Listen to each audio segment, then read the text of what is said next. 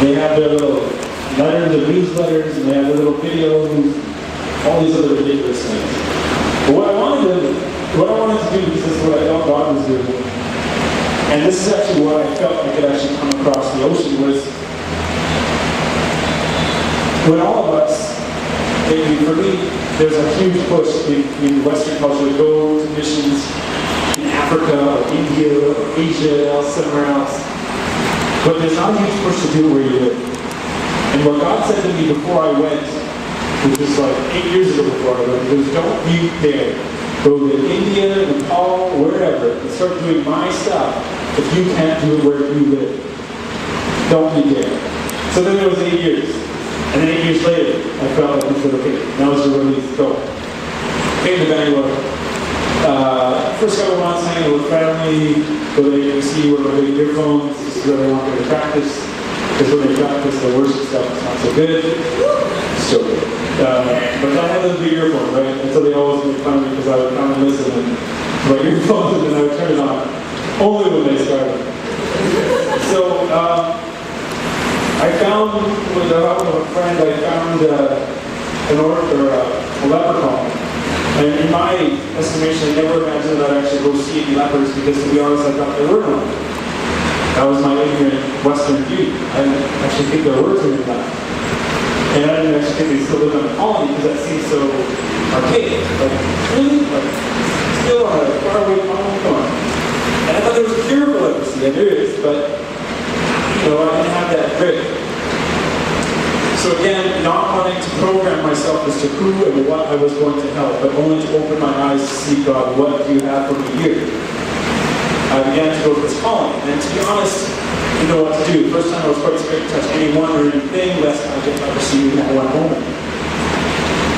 And it took me probably about 5 or 6 times to really feel comfortable, and the one time, I was saying to God, because I often pray with these guys, because I came home with a pastor friend, and he was really like hardcore. You guys all go, hey, don't touch any other God, blah, blah, blah. Like, he just blast him for all these other things. And I didn't know him very well, but he was my access to these guys, so I just kind of let it go. But what it did do is give us an opportunity to pray with these guys. So we did pray. And I just said one day, holy cow, this has been like, I've been to each one of your houses now 3 times.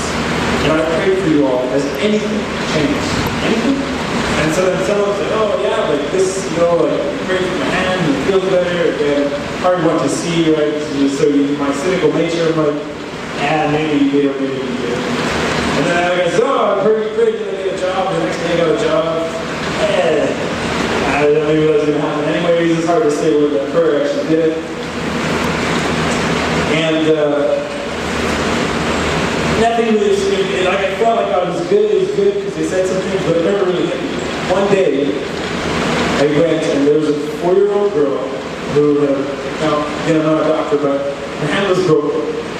As far as I could tell, it was broken because it was out of its zone. It could have been dislocated, it could have been a bunch of different things.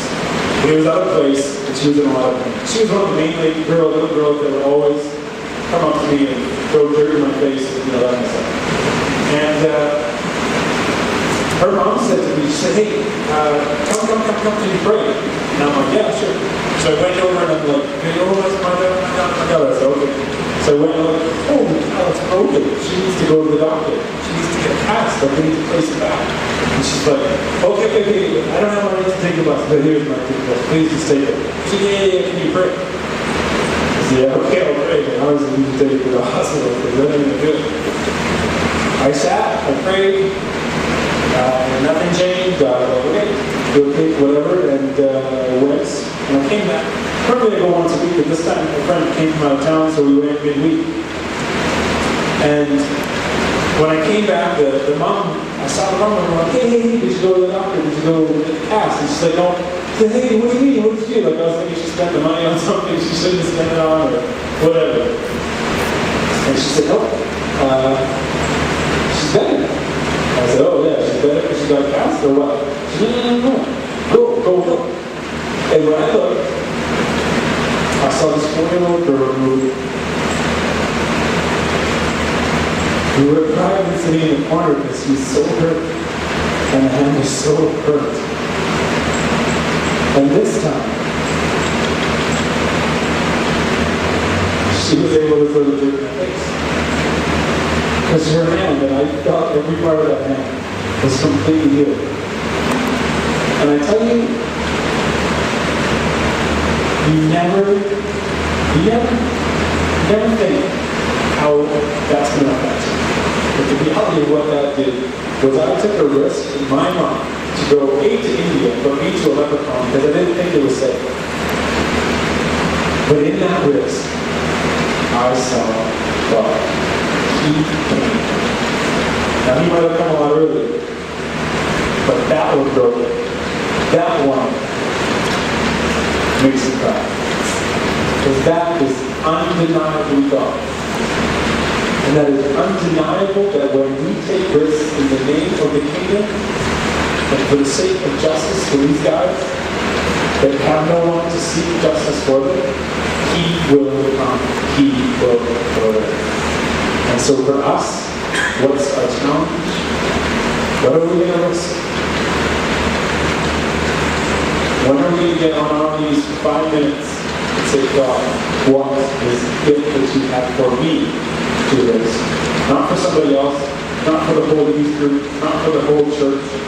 What do you have for me? How can I see you like I've never seen you before? How can your kingdom come? How can your will be done like never before through me? And that is each of our own. I have no idea how it's going to happen for you. But I pray that you take the time to find out for yourself. Because it will change the way you live.